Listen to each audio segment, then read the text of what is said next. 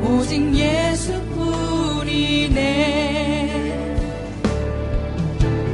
그 신계획 다 볼 수도 없고 작은 돈 아래 지쳐도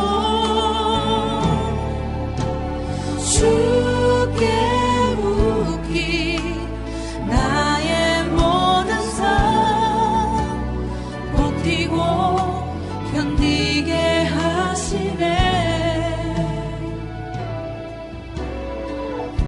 자, 2021년도가 이제 시작되었습니다. 2021년도 시작되었을 때 아마 여러분들은 많은 각오를 다짐을 했을 거예요. 일일이 여러분들이 어떤 다짐을 했는지 각오를 했는지 모르지만 세상 사람들도 새해가 되어지면 각오를 합니다. 다짐을 합니다. 올 한 해 술 적당히 마셔야지. 그리고 내가 좀 더 가정에 충실히 해야지. 뭐 이런저런 다짐도 하고 각오를 하는데, 우리 예수 그리스도 안에 있는 여러분들은 어떤 각오를 하고 계십니까? 어떤 다짐을 하고 있어요? 그렇게 따지고 보면 이 새해가 됐다라고 그래가지고 저절로 우리가 새로워지는 건 아니다라는 거죠. 그렇죠? 만나는 사람 똑같지 않아요. 앉는 자리 똑같은 자리에 지금 앉고 계시잖아요. 이 시간이 바뀌었다라고 해서 새로워지는 것은 아니다라는 겁니다. 여러분, 보통 어떤 다짐을 할 때 보통 사람들을 보면 머리를 깎거나 뭐 남자들 같은 경우 막 삭발하고 막 그러잖아요. 어떤 부부가 있었답니다. 그 아내가 이제 새해가 됐으니까 이제 마음을 다잡는다는 의미로 그 긴 생머리를 단발머리로 잘랐대요. 그 모습을 보고 남편이 하는 말이, 내가 당신의 그 생머리 긴 머리 때문에 내가 결혼을 했는데 누구 허락 받고선 머리 이렇게 잘랐냐고 막 화를 내더래요. 그때 아내가 하는 말이, 당신은 누구 허락받고 대머리가 됐냐고 그렇게 얘기를 했답니다. 여러분, 머리를 자른다라고 해가지고 뭐 이렇게 기분 전환은 되겠지만은 새로워지는 게 아니다라는 거예요. 환경이 바뀌어진다라고 해서 새로워지는 것은 아니다라는 거예요. 새로워지는 것은 하나님을 만나야 됩니다. 하나님을 만나야 돼요. 그래야지 우리의 마음이 새로워지는 거예요. 하나님이요, 얼마나 대단한 분이시냐면, 여러분, 우리 하나님을 참 우리는 기대해야 됩니다. 2021년도를 기대해야 돼요. 왜요? 하나님이 여전히 우리 가운데 살아 계시기 때문에 그래요. 여러분, 저절로 우리 가운데 새로움은 따라오는 게 아닙니다. 바로 새해는요, 하나님께서 우리의 마음을 새롭게 해주시고, 이 변화되어지는 인생, 새롭게 변화되어지는 교회가 올 2021년도 가운데 하나님께서 역사하실 줄 믿습니다. 그러니까 첫 번째, 하나님은 우리를 새롭게 해주신다라는 거예요. 26절에 보면 또 새 영을 너희 속에 두고 새 마음을 너희에게 어떻게 한다고요? 주되 그랬어요. 그러니까 새 영과 새 마음은 누가 주는 거예요? 하나님이 주시는 거예요. 세상 사람들은요, 영에 대해서 관심이 없습니다. 왜냐하면 바로 현세적인 거, 현실적인 거, 땅에 있는 거, 눈앞에 있는 거, 그게 최고인 줄 알고 살아요. 하나님을 부정하는 사람들이 바로 이 하나님을 만드신 그 영의 세계에 이 대한 관심이 없죠. 근데 오늘 하나님께서 우리에게 약속을 해주십니다. 새 영을 주겠다. 하나님이 주시겠다라는 거예요. 이 말은 뭐예요? 바로 우리 가운데 하나님이 너희 믿음을 내가 새롭게 해주겠다라는 거예요. 보세요, 우리의 믿음을 하나님이 더욱 강화시켜 주시고, 하나님께서 우리의 믿음을 더 확장시켜 주시고, 바로 우리의 믿음을 더 성숙시켜 주시겠다라고 주님이 오늘 말씀하고 계시는 거예요. 육신의 성장은요, 어느 때가 되어지면 멈춰주고 이제 쇠락되어집니다. 그러나 영의 확장과 성장은요, 멈출 수가 없어요. 항상 이 영은요, 더 새로워질 수도 있고요, 더 자랄 수가 있다라고요. 부모가 자식에 대한 기대와 소망은 어떤 부모도 다 자식에 대한 기대와 소망이 있습니다. 마찬가지로 하나님도 우리에 대한 기대와 소망이 있으세요. 하나님이 우리 가운데 얼마나 큰 기대와 소망을 품으시냐면 에베소서 4장 15절에 주님의 기대와 소망이 이렇습니다. 오직 사랑 안에서 참된 것을 하여 범사에 그에게까지 자랄지라. 그는 머리니 그가 누구래요? 곧 그리스도시니라. 여러분, 하나님은 우리에게 기대와 소망을 갖고 있는데 그냥 적당한 수준이 아니에요.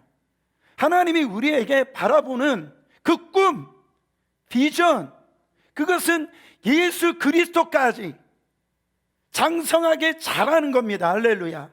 그래서 하나님의 꿈이 우리의 비전이 되는 것, 예수님의 그 성품, 내가 조금 도덕적이고 내가 조금 의로운 거 그거 말고요, 예수님의 그 성품이 나의 인격이 되게 되어지는, 바로 예수님을 닮아가는 것까지 자라는 것, 그것이 우리 하나님의 꿈이고요, 하나님이 우리를 향한 소망이라는 겁니다.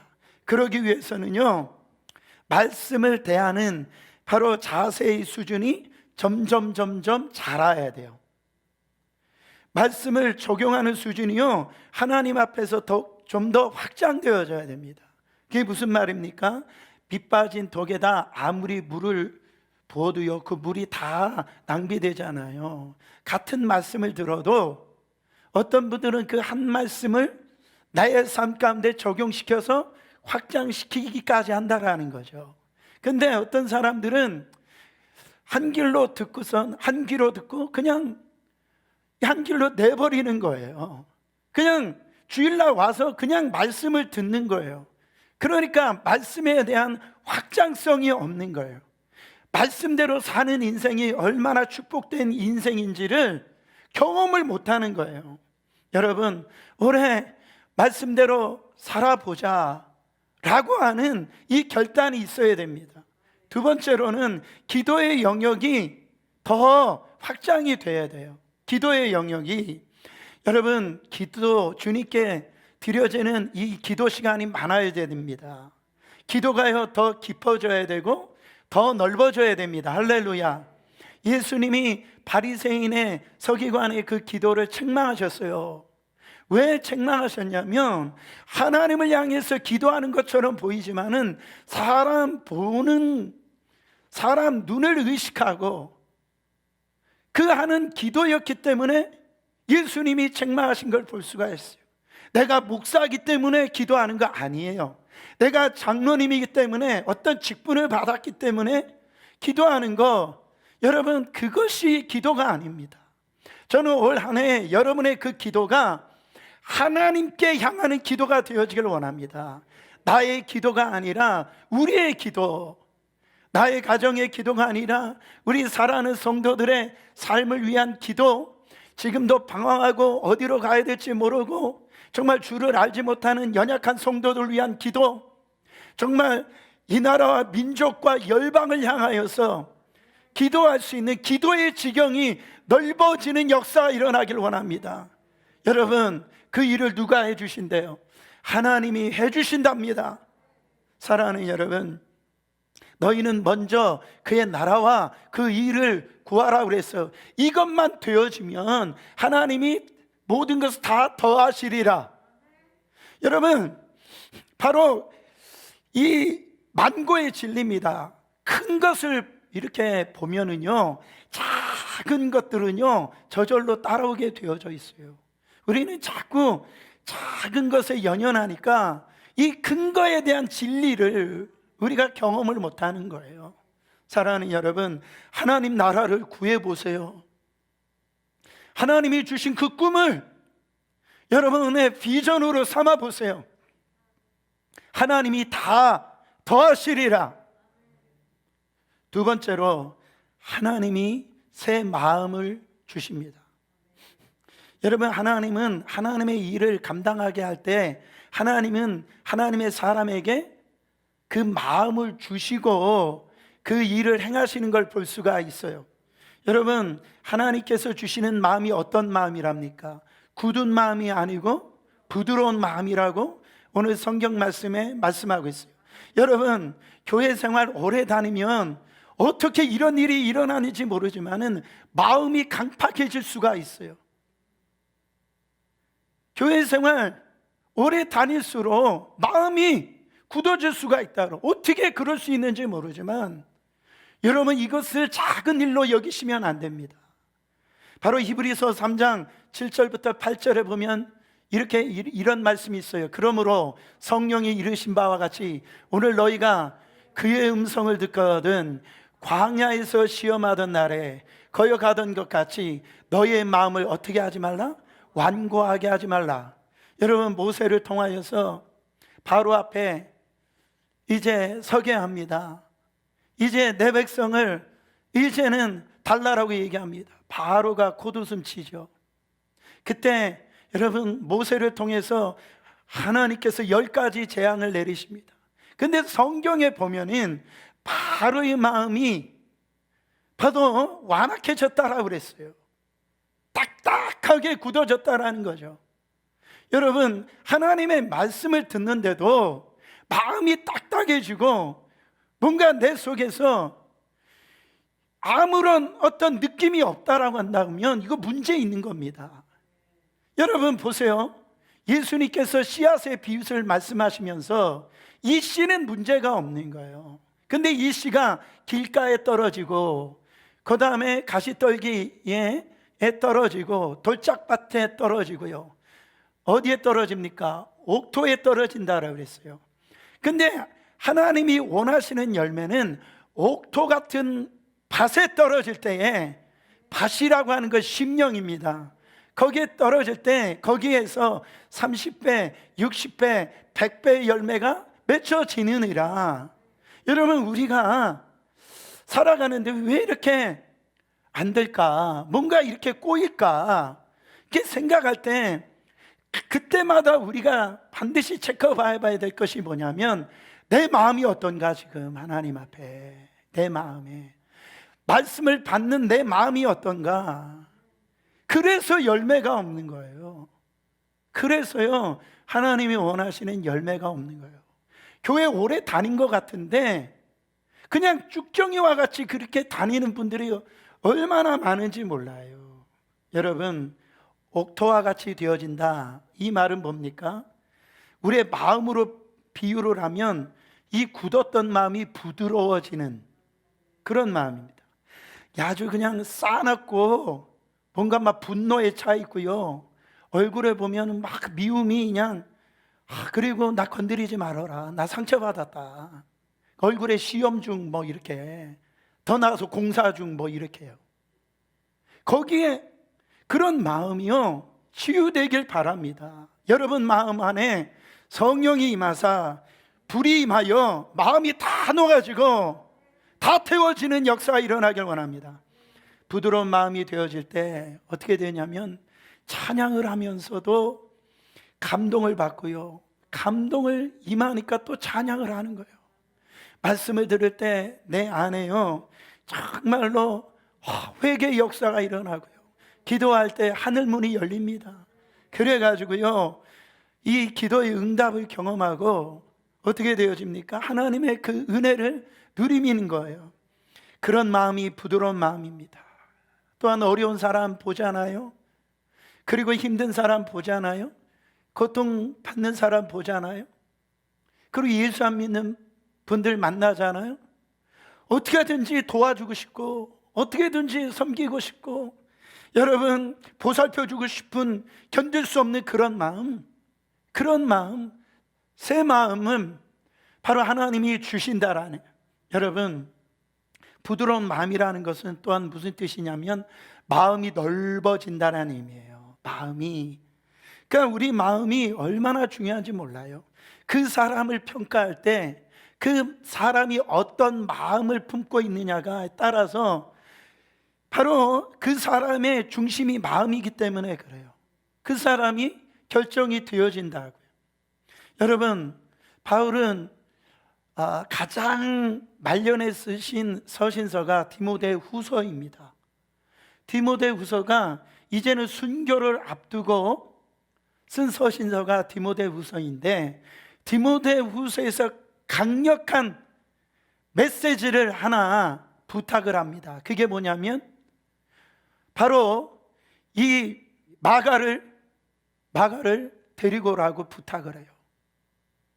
바울이 이제 죽음을 앞두고 마가를 데리고 오라고 얘기합니다. 여러분, 마가가 누구죠? 마가가 바로 마가복음 쓴 마가를 얘기를 하는 거예요. 이 마가가 바울과 함께 이제 전도 여행을 떠날 때요, 그가요 어찌된 일인지 선교하는 갔다가 도망가서 집으로 갑니다. 그 모습을 보고 이 바울이 상처를 받았어요. 그래서 2차 선교를 떠날 때에 이 마가는 바나바의 조카예요. 바울이 바나바한테 그렇게 얘기하면 안 되죠, 사실은. 왜냐하면 바울이 바울 될 수 있게 한 결정적인 역할을 한 사람이 바나바였기 때문에 그래요. 바나바가 마가를 데리고 가자라고 얘기를 합니다. 그때 바울이 반대를 하는 거예요. 데려갈 수 없다라는 거예요. 마가하고는 절대 사역을 못하겠다는 거예요. 그래가지고요, 바나바하고 바울하고 싸워가지고 이 바울 따로 선교하고 바나바 따로 선교를 합니다. 그래서 바울은 실라와 함께 선교지를 가고 이 바나바는 마가를 데리고 이렇게 해서 그 뒤로는 만나지를 않았어요. 근데 이제 죽음을 앞두고 이제 이 바울이 이제 뭐라고 얘기하냐면 마가를 나에게 데려오라. 그러면서 그는 내게 유익하느니라.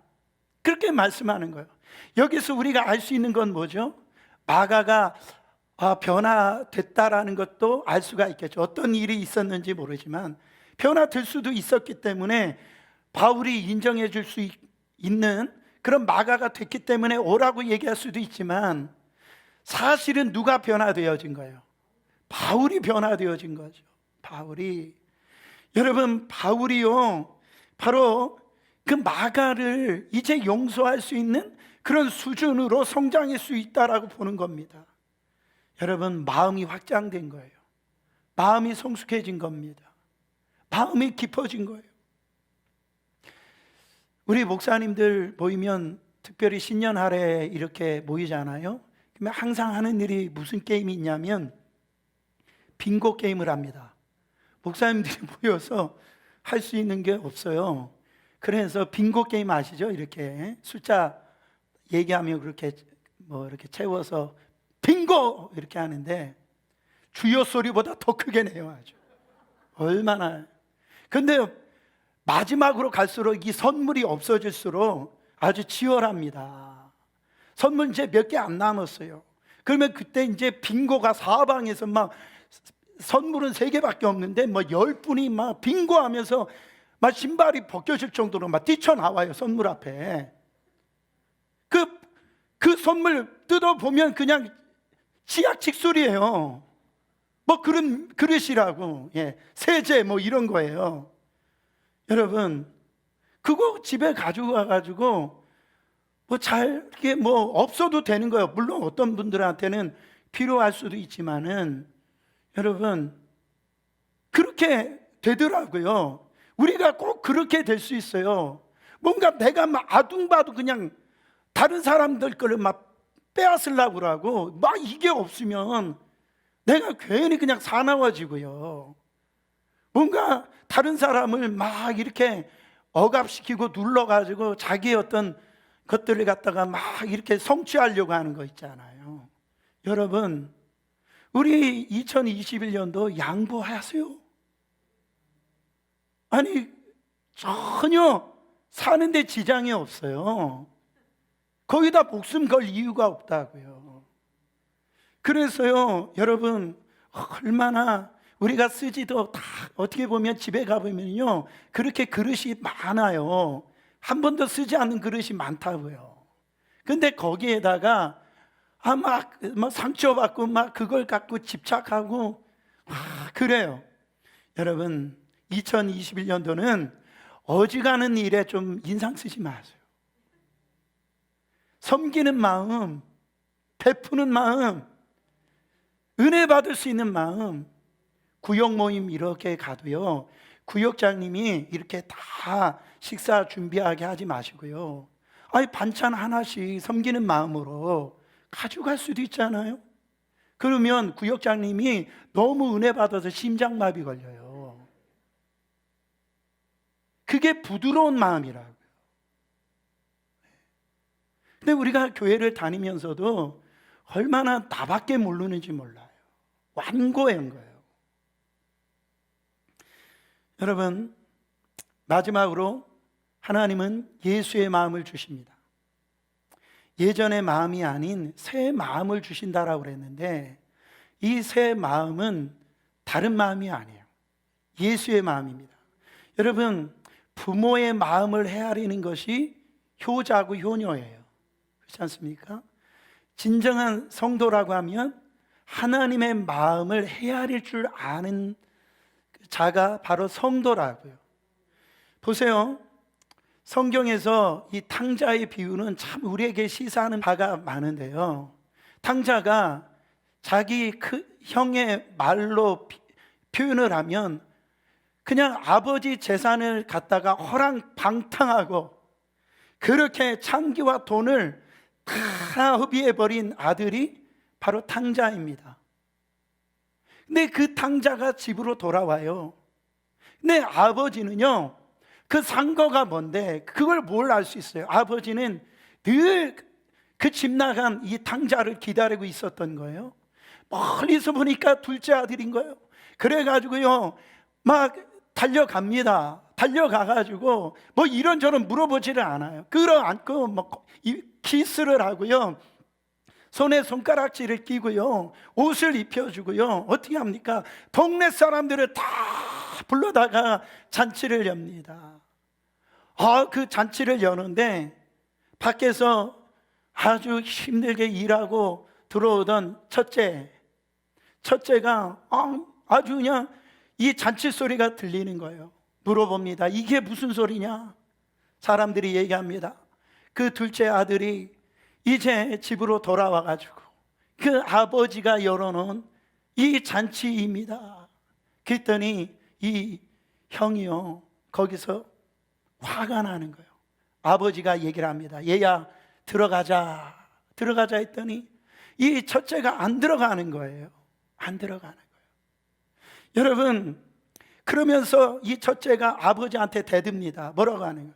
아버지, 나는 수년 동안 아버지 밑에서 죽도록 일만 했는데 나를 위해서는 염소 새끼 한 마리 잡아준 적이 없잖아요.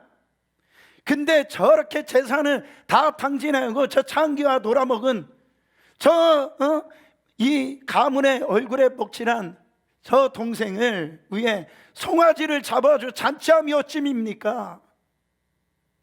아버지에게 대들합니다. 사실은 큰아들은 잘못한 게 없죠. 그렇잖아요? 충성되에게 소처럼 일을 했잖아요. 그렇지 않습니까? 근데 큰아들의 유일한 잘못은 뭐죠? 유일한 잘못은 뭐냐면 아버지의 마음을 헤아리지 못한 거예요. 아버지의 마음을 알고 아버지 입장에서 생각해 보지 못한 거예요. 여러분, 우리가 신앙생활을 할 때 그럴 수가 있어요. 하나님 아버지의 입장에서 생각을 해봐야 되는데 자꾸 우리의 기도도 그렇고 우리의 섬김도 그렇고요, 내 입장에서만 그렇게 신앙생활하는 경우가 너무 많아요. 사랑하는 여러분, 그때마다 이 생각을 잊지 마세요. 예수님이라면 어떻게 하셨을까?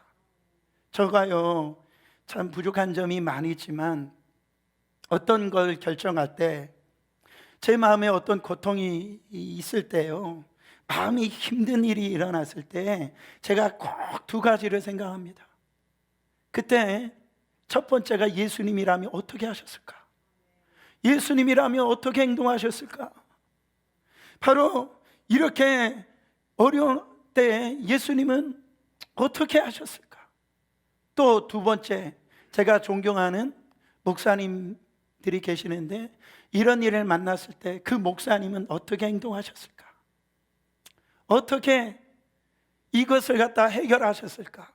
그 생각을 합니다.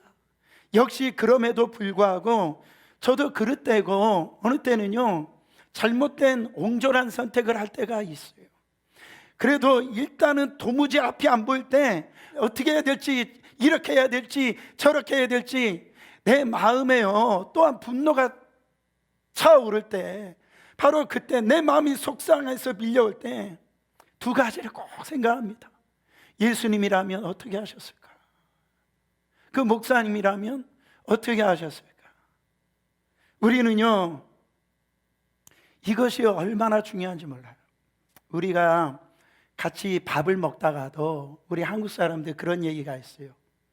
밥을 먹다가도요, 화장실만 좀 가면은 바로 화장실 간 사람 이야기를 합니다. 그래가지고 여러 가지 이야기를 하기 때문에 그 자리를 갖다가 그냥 꾹 참아요. 내가 없으면 자기 얘기를 하니까 그걸 알아요. 그거 꾹 참습니다. 여러분 한번 생각해 보세요. 우리가 거의 매일 기도하고요, 성경 말씀 보고요, 하나님 앞에 찬송하면서 설거지하면서 막 그렇게 하는데요, 왜 두세 사람만 모이면은 왜 다른 사람 얘기하냐고요.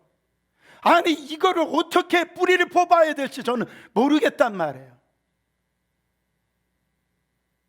사단은 교회와 그리스도인들을 제대로 살지 못하도록 여러분 무력화시키는데 가장 효과적인 방법을 안단 말이에요. 서로 분열시키는 겁니다. 이간질시키는 거예요. 서로 이렇게 싸우고 비난하도록, 탓하도록 그렇게 만든다라는. 요한복음 17장 22절에 보면 내게 주신 영광을 내가 그들에게 주었사오니 이는 우리가 하나 된 것 같이 그들도 하나가 되게 하려 함이니라. 성부 하나님, 성자 하나님, 성령 하나님이 삼위일체로 하나 된 것 같이. 예수님의 마지막 기도는 뭡니까? 바로 하나님이 이렇게 하나 된 것 같이 저들도, 예수 믿는 그 사랑하는 제자들도, 이 땅에 앞으로 수많은 예수 그리스도 안에 있는 성도들이 하나가 되게 하려 함이라. 그것이 예수님에게 주신 하나님의 영광이라는 거예요. 교회의 영광입니다. 성도의 영광이라는 거예요.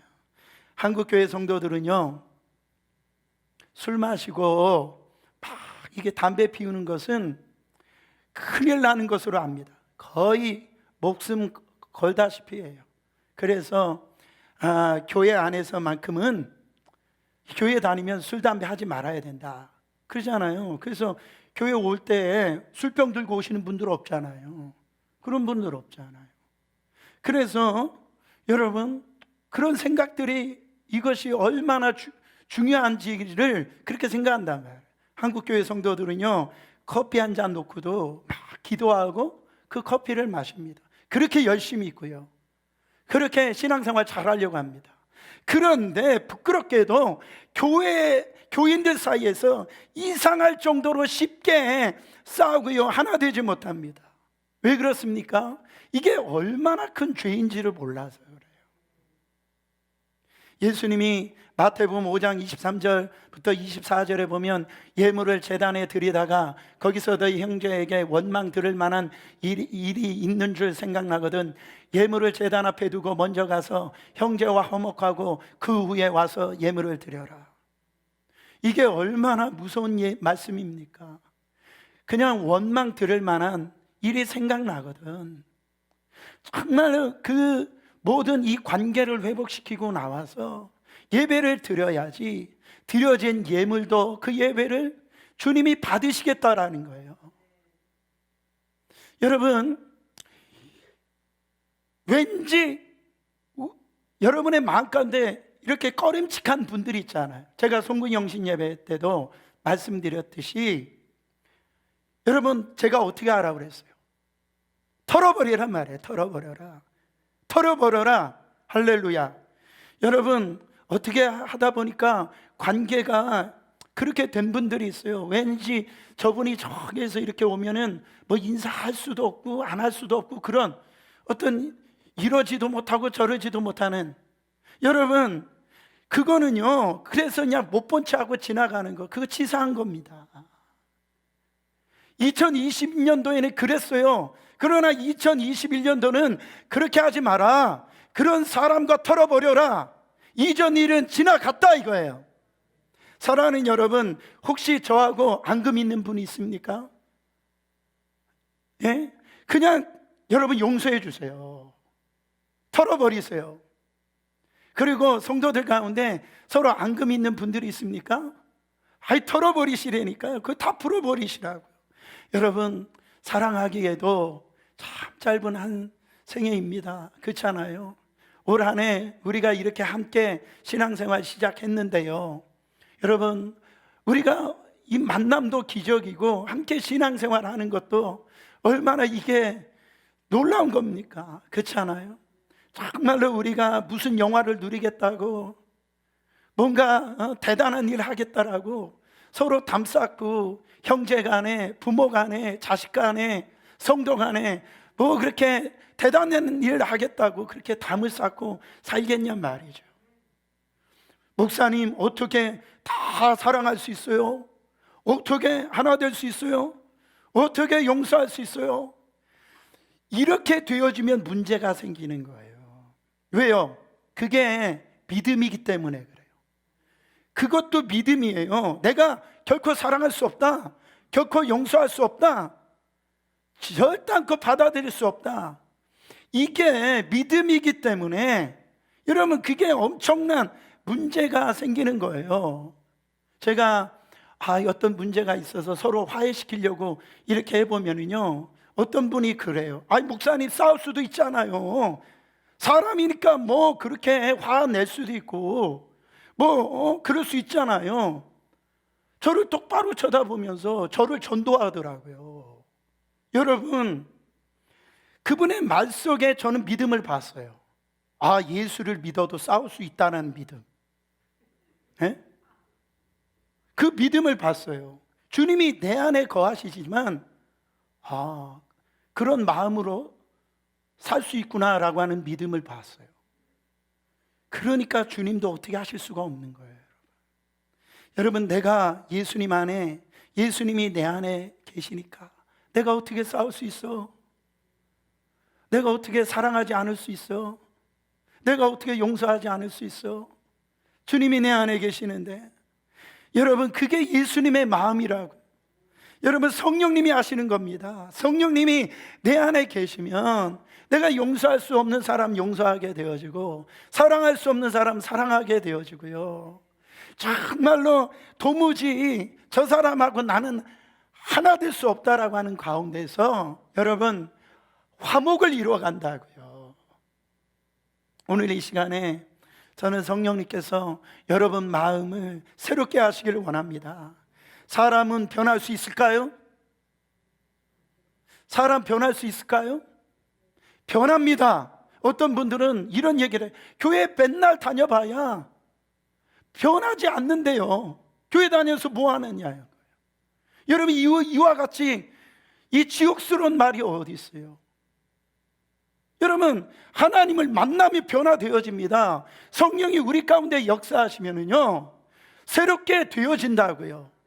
놀라운 하나님의 그 기적과 같은 일이 우리 가운데 일어난다고요. 저는요, 예전에 정말 주님 앞에서 저 사람, 저분이 변화되어 줄 수 있을까 할 정도로 그렇게 생각되어지는 분이 있었어요. 이분이 어떤 분이냐면은 항상 모든 일에 불만, 막 이렇게 불평하는 분이에요.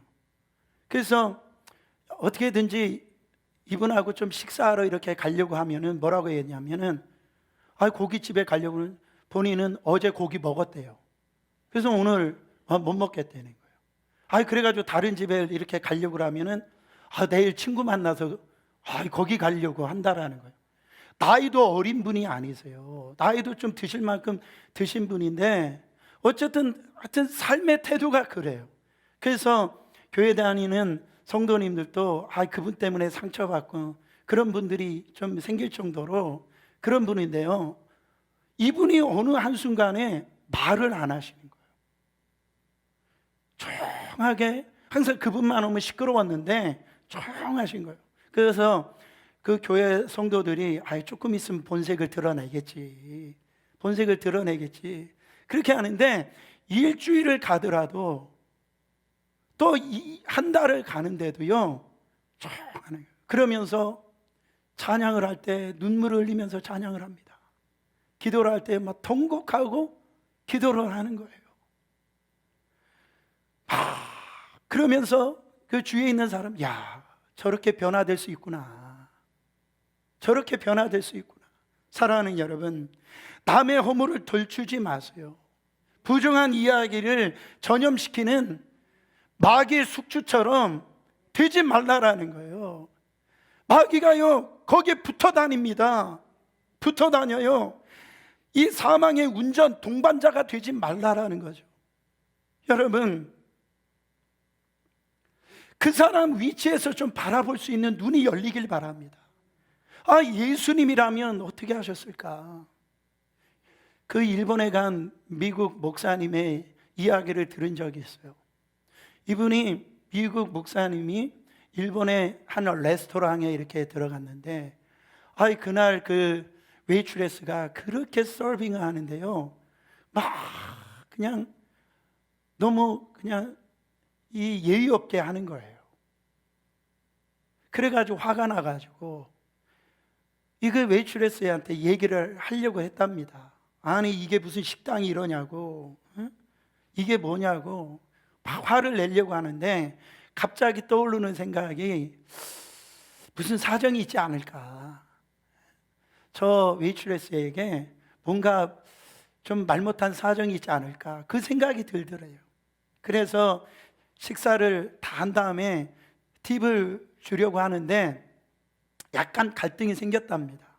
그래서 한 $3를 놓고 두려고 하니까 너무 적다라는 그런 생각이 들었대요. 그래가지고선 하나님 앞에, 하나님 얼마를 줘야 될까요? 그렇게 했는데 그 감동이 그냥 10불을 팁을 주고 이렇게 나왔는데 그 웨이트레스가 막 손님 하면서 부르더래요. 그래서 10불을 흔들면서 이게 팁입니까? 이렇게 얘기를 하는 거죠. 그 팁이라고. 그래서 왜 이렇게 많이 주셨냐? 자매님 볼 때 무슨 어려운 일이 있는 것 같아서 바로 조금이라도 도움이 될까 하는 마음으로 제가 드렸습니다. 그 얘기를, 그 10불을 받고 그 웨이트레스가 눈물을 글썽이더라. 사실은 어제 자기 남편하고 이혼을 했다는 거예요. 그래가지고요, 자매님 제가 기도해 드릴까요? 그 자리에서 기도를 하고선 예수님을 영접까지 했다라는 거예요. 싸움의 자리가 그 사람 위치에서 바로 하나님 예수님이라면 어떻게 하셨을까? 그 위치에서 그 마음으로 내려갔더니 싸움의 자리가 전도의 자리가 되었다라는, 회복의 자리가 되었다라는 거예요. 사랑하는 여러분, 한 영혼을 살릴 수도 있고 한 영혼을 죽일 수가 있다라는 거죠.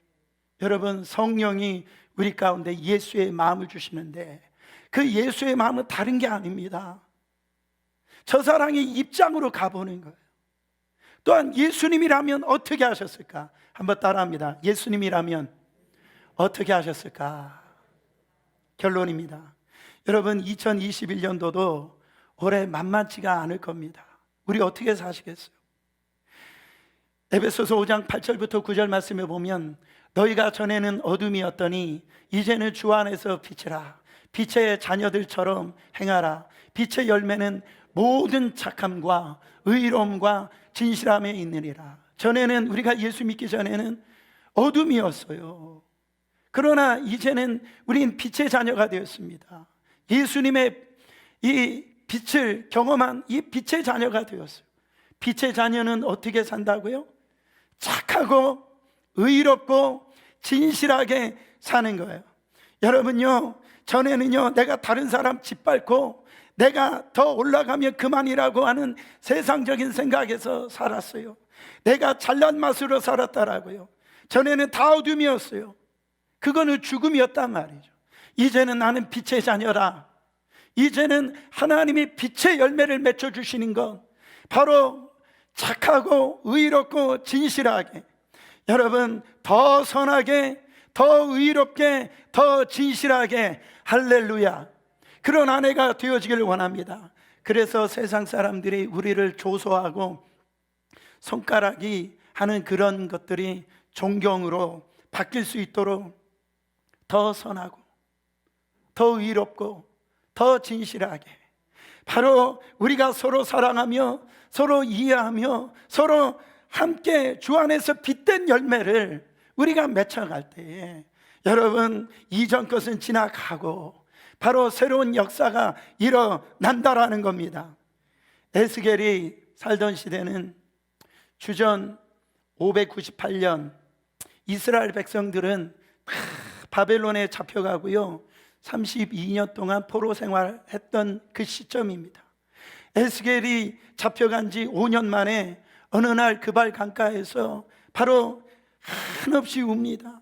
눈물을 흘리면서, 하나님 이게 웬일입니까? 이게 어찌 된 일입니까? 눈물을 흘리면서 하나님께 물어봐요. 하나님, 왜 이스라엘 백성이 망해야 되고 예루살렘의 성전이 산산조각 나야 됩니까? 왜 당신의 택한 백성들이 바로 포로 생활을 해야 되고 나의 부인은 강간당하고 자녀들은 이렇게 노예 생활을 해야 됩니까? 물으면서 통곡하는 거예요. 어느 날 하나님이 에스겔에게 나타나서 말씀하십니다. 하나님은 에스겔에게 너희들의 마음이 나를 떠났기 때문이다. 너희들은 우상 숭배를 하기 때문에 그렇다. 마음이 하나님께로 향한 것이 아니라 우상에게로, 다른 헛된 곳에 이 마음을 빼앗겼기 때문에 그렇다. 하나님은 이스라엘 백성들을 징계하시고 심판하셨지만 그들이 회개하고 또한 돌아오면 다시 회복시켜 주겠다라고 에스겔에게 오늘 말씀하신 겁니다. 여러분, 이 예언이 우리 가운데 회복되어지기를 원합니다. 어떻게 회복이 일어나는지 에스겔서 바로 36장 24절 말씀 보세요. 내가 너희를 열국 중에서 쥐하여 내고 열국 중에서 모아 데리고 고토로 들어가서, 이스라엘 백성들이 지금 포로로 잡혀 있지만은 그들의 힘으로는 도저히 거기 포로된 곳에서 해방받을 수 없기 때문에 누가요? 내가 너희를 그렇게 건져내겠다라는 거예요. 내가 저 악한 세력을 물리치고 그들을 고향으로 돌아오게끔 하겠다라는 거예요. 뭐만 하라는 겁니까? 돌아오기만 하라는 거예요. 누구 앞에? 하나님 앞에. 회복이라는 것은 돌아가는 겁니다. 아버지 집으로 돌아가는 거예요. 당자가 잘한 것은 뭐냐면 아버지 집으로 돌아간 거예요. 사랑하는 여러분, 여러분들이 무너졌던 재단이 회복되어지기를 원합니다. 여러분의 기도가 회복되어지기를 원합니다. 여러분들의 정말 잃었던 건강이 회복되어지기를 원합니다. 여러분의 가정이 회복되어지기를 원합니다. 여러분이 주님이 주신 그 사명에 그 다 회복되어지기를 원합니다. 사랑하는 여러분, 돌아가라.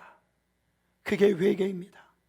사랑하는 여러분, 오늘 성령이 임하시면 여러분의 마음속에 주님께로 돌아가야 되겠다, 그 마음이 생길 거예요. 하나님, 나에게 주님의 성령을 부어주세요. 부어주세요. 나를 회복시켜 주시옵소서. 나의 마음, 주여, 주님이 역사하여 주세요. 여러분, 오늘 그 성령님을 사모하시고 여러분 안에 놀라운 새로운 역사가 일어나는 귀한 한 해가 되어지기를 간절히 원합니다.